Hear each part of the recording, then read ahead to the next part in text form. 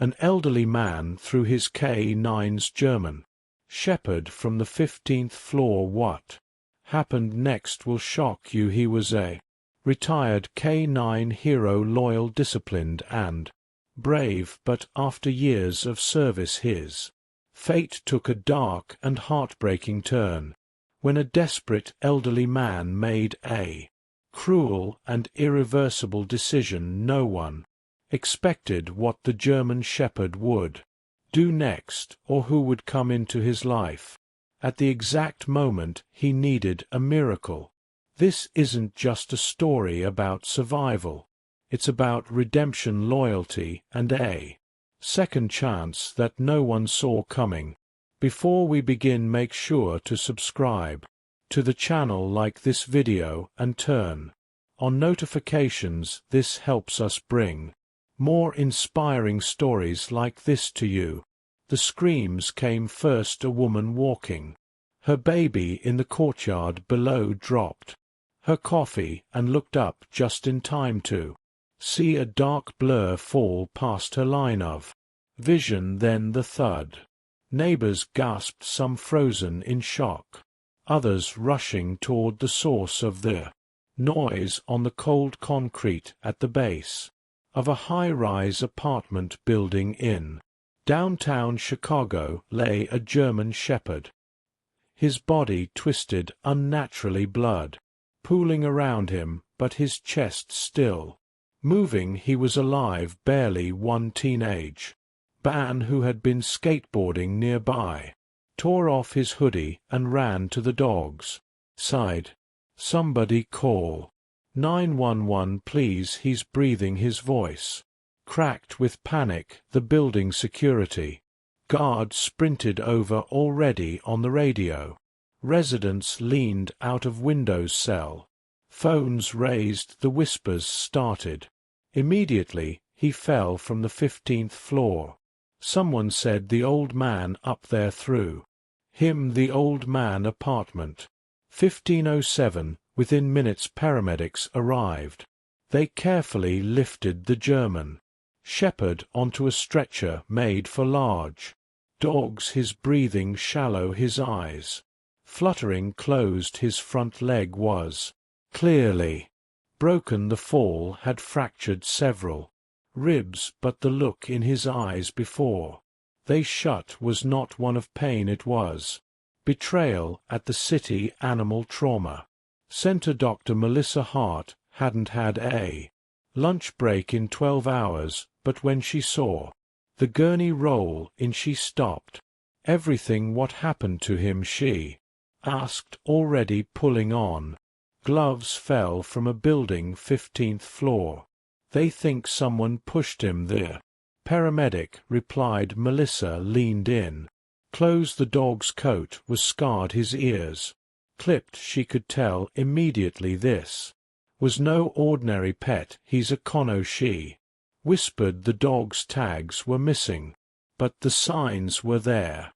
Military training, a muscle tone, battle-worn eyes. This dog had served someone, loved someone, and yet someone had thrown him away like garbage. "We're not losing him," Melissa said. "Not today." Across town, Detective Jason Rose slammed a file on his desk. "You're telling me a retired Army dog was thrown off a balcony by his owner?" Officer Blake, standing stiffly beside him, nodded. "The neighbors say the old man was acting strange. His name's Harold Decker, former Army, lives alone. He hasn't opened the door yet." Jason stood up. "Let's go in." Apartment 1507. Harold Decker sat alone in the kitchen. A broken leash lay on the floor. His hands trembled. He hadn't meant to hurt him, but his mind was fading. The memories were jumbled. Sometimes he thought he was still on patrol. Sometimes he saw enemies in the shadows. The medication hadn't worked. The world had become too loud, too fast, too much. "I thought he was attacking me," he muttered to himself, tears in his eyes. Then the banging on the door. Mr. Decker.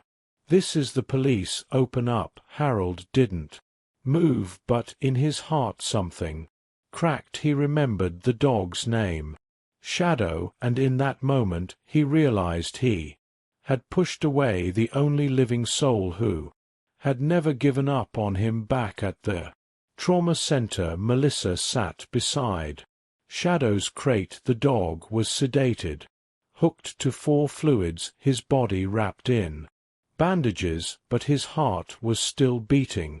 She gently placed her hand on his paw. Whoever you are, you didn't deserve this. Then she noticed something, a faint tattoo beneath his fur, numbers A.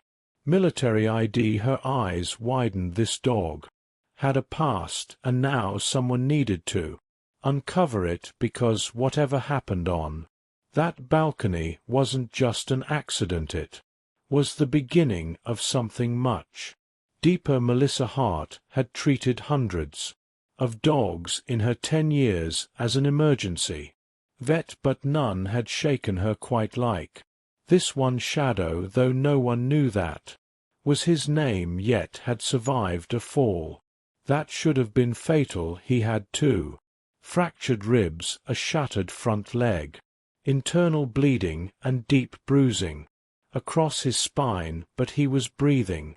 And now he was fighting. She stayed late that night, long after the other staff had gone home. The clinic's hallway lights were dimmed, casting a soft glow across the recovery room. Shadow lay curled in a medical crate, his body still weak, but his eyes were now open, watching. He didn't flinch when she approached. Instead, he just stared. You're not just a dog, she whispered, kneeling down in front of the crate. You're a soldier. The numbers tattooed faintly inside his right ear confirmed it. Military ID tags were common for dogs in service, but there was something else in his eyes, an awareness. He was trying to understand why he was here, why he had been betrayed. I don't know what happened to you up there, she continued, but I promise you're safe now. Shadow blinked slowly, his breath shallow. Melissa reached into her coat pocket and placed a small plush toy inside the crate, something soft, a simple gesture, but he nudged it with his nose and let it rest against his face. That was the moment she knew he was still in their bar, beneath trauma, pain, and confusion, but still there. The next morning, Detective Jason Rowe stood in Melissa's office, holding a cup of burnt hospital coffee and a folder in his hand. He has no collar, no chip, he said, but that number in his ear led us to a Department of Defense record. Dog's name is Shadow, retired K9, served in Afghanistan, 3 deployments. Melissa looked up from her desk. Then why was he with Harold Decker? Jason sighed. Decker was his last handler after the dog was decommissioned. Harold kept him as a companion. The Army allows that sometimes with long-term partners. Shadow lived with him for 2 years after retirement, and then Harold threw him out a window, she said, her voice tight with disbelief. Jason nodded. Decker's been taken in for psychiatric evaluation. He's not well, early dementia, PTSD, he claimed. Shadow attacked him, but I think he just didn't know where he was anymore. Melissa folded her arms. So what happens now? That's the problem, Jason said, without a legal owner and with a military record. Shadow's technically government property. They're deciding whether to put him down. The words hit her like ice. Put him down. She repeated. He survived a 15-story fall. He served 3 tours, and now they want to kill him. Jason nodded grimly. It's Protocol severe injuries, behavioral risk. Paperwork, not people. Melissa stood up. No. I won't let that happen. You don't get a say. I'm not asking for one, she said. Sharply, I'll file for temporary custody. As a licensed trauma veterinarian, I can argue medical necessity, and once he's stable, I'll find someone who understands what this dog's been through. Jason studied her for a moment, then gave a small smile. You're not like the other vets. I don't treat statistics, she replied. I treat lives. That night Melissa stayed by Shadow's side again. The city outside the clinic was quiet. Inside, machines beeped steadily. Shadow had eaten a little for the first time. His eyes followed her now, not with fear but trust. She gently stroked the fur near his ears, avoiding the stitches. They think you're broken, she whispered, but I think you're stronger than any of them. He didn't move, but his tail gave the faintest twitch. Melissa smiled. They don't know who you are, she said, but I do now. His eyes closed slowly, his breath evening out. She leaned in, and for the first time called him by name. Rest, Shadow, we're not done yet. But outside the clinic walls, forces were already moving. Files were being signed, and people who had never met Shadow were preparing to make a decision that could end his life. Melissa didn't know it yet, but she was about to fight a battle of her own, one she never saw coming. For the first time in days, the sun broke through the clouds over Chicago. Inside the trauma center, the mood was far from bright, but in room for something extraordinary was happening. Shadow stood not long, not confidently, and not without pain, but with trembling legs and burning will. He rose from his bedding and took one step forward, then another.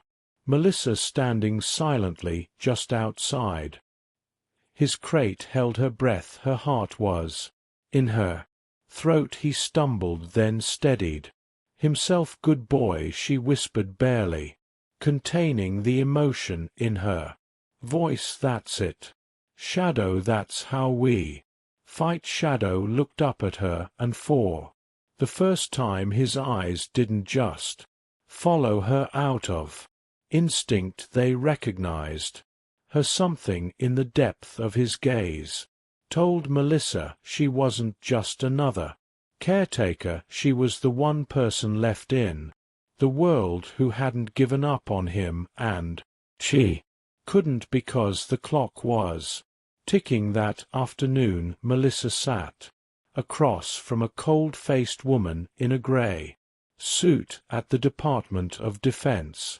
liaison office. His body is healing. He's alert, responsive, showing no signs of aggression, Melissa said firmly. The woman raised an eyebrow. And yet the last documented report involves an alleged attack on a civilian. His handler, that's civilian, has been diagnosed with early dementia and was having a severe episode, Melissa argued. Shadow was confused. He didn't attack. He waited. He let people help him. He didn't lash out. Once. I'm not here to debate emotional interpretation, Dr. Hart, the woman said calmly. The report on file states behavioral instability following trauma per K9 decommission protocol. The next step is euthanasia, Melissa snapped. Standing. You mean to kill a decorated warg because he had the audacity to survive being thrown out a window? The woman didn't flinch. We're still evaluating, but let's not get overly sentimental. These dogs serve a purpose. When that purpose ends, they're retired or released. He was already Retired now he's injured. Dangerous, the risk outweighs the reward. Melissa's voice shook. He gave his life to protect others. 3 tours I've seen dogs give less and get medals. Shadow gets a death sentence because someone failed him. The liaison stood to gathering her files. You have until Friday. If no one legally adopts him by then we proceed. Melissa didn't speak as the woman left, but inside something hardened. She wasn't going to lose him. Not like this. Back at the clinic, Shadow had made it halfway across the recovery room by late afternoon. One of the vet techs, Sarah, held a soft towel sling under his belly to support his weight as he walked. Each movement was labored but steady. Jason Rowe arrived just as Shadow was lowering himself carefully onto his bedding. Is that really the same dog? He asked, watching in disbelief. Same heart, Melissa said quietly. Same fire. Jason stepped closer. You've made progress. Melissa glanced at him, her expression unreadable. Not fast enough there. Giving me 4 more days. Jason shook his head. I don't get it. We spend millions training these dogs. Trust them with our lives, then drop them like trash when they don't fit the mold anymore. They don't see dogs, Melissa murmured. They see tools. Jason knelt by the crate. Hey, buddy. Shadow lifted his head. Do you remember me? Jason asked softly. You and I used to work the same bases. Afghanistan 2017. Your name came up in patrol logs. You saved lives. You earned your place. Shadow blinked, then nudged his nose gently toward Jason's hand. Jason swallowed hard. You're worth fighting for, he said. Melissa watched, her mind already racing. Maybe Jason could be the answer. A former soldier, stable income, law enforcement background. He understood dogs like Shadow understood what it meant to be wounded and to keep walking. Anyway, would you? She began, then hesitated. Would you ever consider adopting him? Jason looked at her in surprise. Then he looked at Shadow and then he nodded. I would, he said, but I've got one condition. What's that? You stay in his life. You're the reason he got this far. I think he needs both of us. Now Melissa felt something catch in her chest for the first time in days. Hope was more than just a whisper. It had a name, and it was beginning to rise.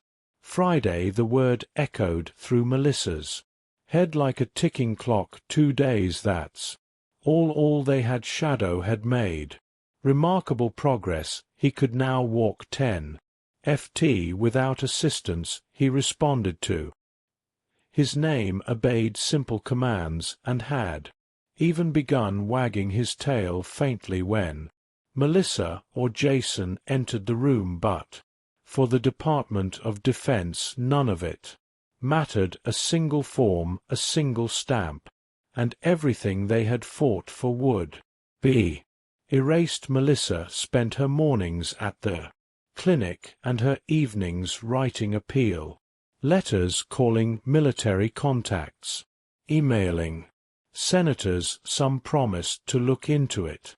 Others ignored her completely. Jason had filed official paperwork to adopt Shadow, but the bureaucracy dragged like wet cement. I don't understand why they're pushing back, he muttered, pacing the clinic hallway. My record is clean. I'm a former Marine. I've handled dogs in combat. What more do they want? They don't want anything, Melissa said. They just don't want to be responsible. Shadow, lying on his mat, Nearby watched them with quiet eyes. His body was healing, but the sadness hadn't fully left his gaze. He sensed something dogs always did. Melissa knelt by him and stroked his fur. "I don't know how to tell you this, buddy," she whispered, "but we're running out of time." Shadow closed his eyes, pressing his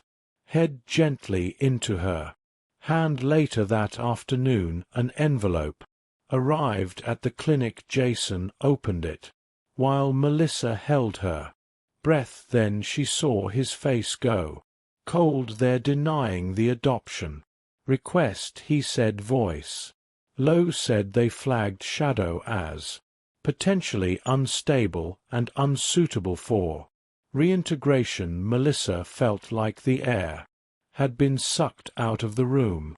No appeal, no discussion. They want him euthanized by noon Friday. That's 41 hours from now. She leaned against the wall, stunned. They're really going to kill him? Jason looked at Shadow lying peacefully on his blanket. "He saved lives," he said, "and now they want to erase his like it never mattered." The next morning, Melissa awoke to an idea. Desperate, reckless, but maybe their only shot. She called Jason. "I have one last card to play." By noon they were in front of a local news station. Jason and uniform, Melissa in scrubs, and Shadow standing tall, still limping but proud at their side. The reporter raised an eyebrow. "You're saying the government wants to euthanize a retired war hero?" "That's exactly what I'm saying," Melissa replied. "This dog saved American soldiers overseas. He survived a 15-story fall, and now he's being thrown away by the very system that trained him." Jason stepped forward. "He's not just a dog, he's a veteran, and veterans don't deserve to be silenced, especially not like this." Within hours, the segment aired across Chicago, then across the state, then across the country. Justice for Shadow started trending on social media. Thousands of comments poured in. "Adopt him. This is outrageous. My husband served with K9s. This is heartbreaking. Give him the medal he deserves." By nightfall, the Department of Defense's inbox was flooded. News anchors called for interviews. Local politicians issued statements.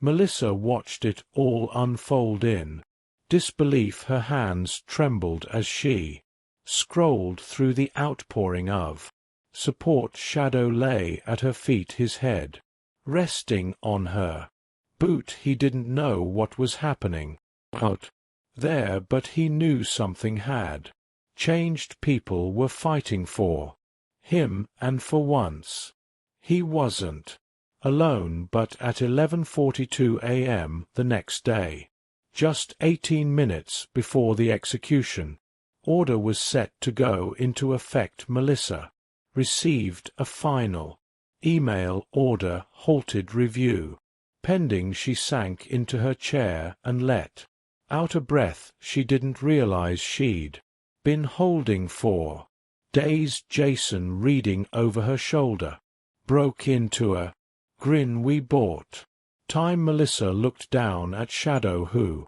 raised his head slightly. "Not just time," she whispered. "Hope." But she knew the fight wasn't over. It had only just begun. Melissa thought the worst was behind them. The public outcry had stalled the execution order. Shadow was improving day by day, and Jason had even started working on getting him certified as a therapy dog for veterans, an idea that could both protect Shadow and give his life new purpose. But just when the clouds began to part, the storm returned. It started with a phone call Late in the evening, Melissa had just closed the clinic when her personal phone rang. The number was blocked. Dr. Hart. Yes, this is Colonel Richard Evans, Department of Military Investigations. Her heart skipped. Is this about Shadow? I need to speak with you immediately. It concerns his record. Within 30 minutes, she and Jason were in a cold grey office downtown, facing the colonel, stern, sharp-eyed, and surrounded by files. He slid one forward. We reviewed Shadow's case again, and we found something disturbing. Jason leaned forward. What kind of something? The colonel opened the folder.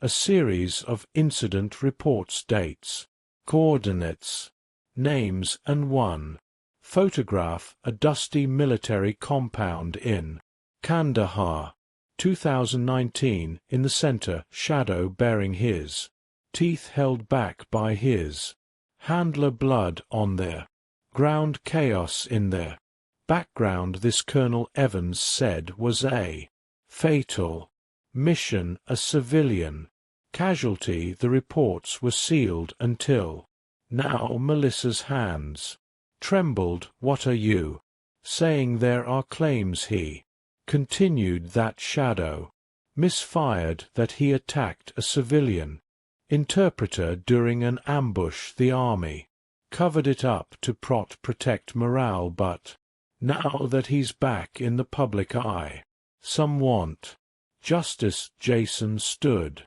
abruptly. That's not justice, that's a scapegoat. We're reopening the investigation, Evans said calmly. Until then, all rehabilitation, adoption, and public use of Shadow is suspended. Melissa was stunned. You can't be serious. That mission happened in the middle of combat. There's no way he acted without reason. That's not your call to make. Dr. Jason's fists clenched. And who exactly made the call to bury the file in the first place? Evans didn't answer, but they both knew this wasn't about the truth. It was about politics. Back at the clinic, Melissa sat on the floor beside Shadow's crate, her head in her hands. He rested quietly, but his ears flicked, sensing her despair. Jason paced. They're going to use this to end it, Melissa. They waited for a reason to justify putting him down. Now they've got one. He was in combat, she whispered. He was protecting his team. I know that you know that, but they want silence. Melissa looked at Shadow, whose eyes locked with hers. I won't let them bury him for a second time, she said. He already paid the price once. Jason knelt beside her. Then we need the truth. Melissa nodded slowly. There was one survivor from that mission, another soldier, a medic named Elijah Grant. I saw the name in the report. He's in Texas now. Jason's eyes narrowed. Then that's where we go. The next day, Melissa and Jason were on a flight with Shadow, travel approved for medical reasons, only barely slipping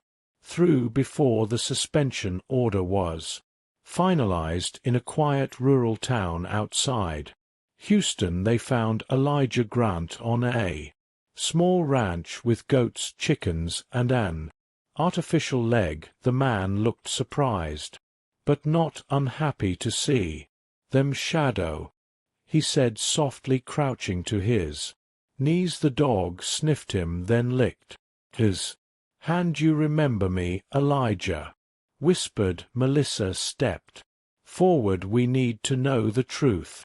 Kandahar, 2019. Did Shadow attack a civilian? Elijah stood, eyes heavy with memory. No. He said that man wasn't a civilian, he had turned, he was feeding Inel to the enemy. I saw the grenade in his belt. Shadow got to him first, saved us. All Melissa's breath caught. Then why didn't you speak up? They told me to stay quiet, said it would complicate things, said Shadow was just a dog. Jason stepped forward. He wasn't just a dog, he was a soldier. Elijah nodded. He still is. He paused, then added, I'll testify, I'll write a sworn statement. Whatever it takes. Melissa smiled through tears. It might be enough to save him. She looked down at Shadow, calm, proud, and loyal to the end. He had saved lives in war. Now finally someone would save his. Elijah's sworn statement hit the inboxes of military officials by sunrise. It was short, direct, and undeniable. Shadow saved our lives. Any claim against him is a lie. The public rallied harder. A congressman called for an investigation. Hashtags surged again, but still Melissa received no response from the Department of Defense until one simple message arrived: review complete, execution order revoked, Shadow is cleared. Melissa cried when she read it. Jason hugged her tight. Shadow barked softly as if he knew he had fought every war they threw at him, and he had finally won the last one. 6 months later, Shadow trotted through the rehab center for veterans, wearing a blue service vest and moving with quiet pride. He stopped beside a young soldier in a wheelchair, leaned his head on the man's knee, and waited. The soldier smiled through tears. He came to me, he whispered. Melissa watched from a distance, heart full. Jason stood beside her. You gave him back his purpose? No, she replied softly. He gave us ours. Shadow had been thrown away, but love and loyalty had brought him back.